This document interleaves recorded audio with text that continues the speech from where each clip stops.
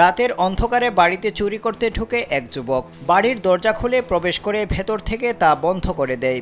ওই সময় বাড়িতে একাই ছিলেন গৃহকর্তার স্ত্রী। চোর ঘরে ঢুকেই খুঁজতে থাকে মূল্যবান জিনিসপত্র, কিন্তু কোনো কিছু খুঁজে না পেয়ে হতাশ হয়ে পড়ে সে। গৃহকর্তার স্ত্রী তখন ঘুমাচ্ছিলেন। হঠাৎ শব্দ শুনে তার ঘুম ভেঙে যায়। উঠে দেখেন সামনে একটি ছায়ামূর্তি দাঁড়িয়ে আছে। চোরকে দেখে ভয়ে চিৎকার করার চেষ্টা করলে চোর গৃহকর্তার স্ত্রীর মুখে একটি কাপড় বেঁধে দেয়। এরপর টাকা, গয়না, মোবাইল ফোন এবং এটিএম কার্ড দাবি করে। গৃহকর্তার স্ত্রী জানান তার কাছে এ ধরনের কিছুই নেই। হতাশ চোর কিছু সময় নীরব থেকে অদ্ভুত এক কাজ করে বসে। সে গৃহকর্তার স্ত্রীর দিকে ঝুঁকে তাকে চুমু দিয়ে দ্রুত পালিয়ে যায়। গেল শুক্রবার ভারতের মুম্বাইয়ের মালাড এলাকায় এই অদ্ভুত কাণ্ড ঘটেছে।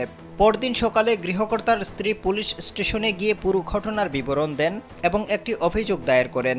তদন্তে নেমে পুলিশ জানতে পারে অভিযুক্ত চোর আর কেউ নন, ওই গৃহকর্তার প্রতিবেশী। অভিযুক্ত যুবকের পরিচয় জানতে গিয়ে পুলিশ আরও অবাক হয়। তার কোনো অপরাধের রেকর্ড নেই এবং সে তার পরিবারের সঙ্গে বসবাস করছে। কর্মহীন হওয়ায় আর্থিক সমস্যায় ভুগছিল সে। পুলিশ জানিয়েছে চুরির উদ্দেশ্যেই যুবক বাড়ির ভেতরে প্রবেশ করেছিল।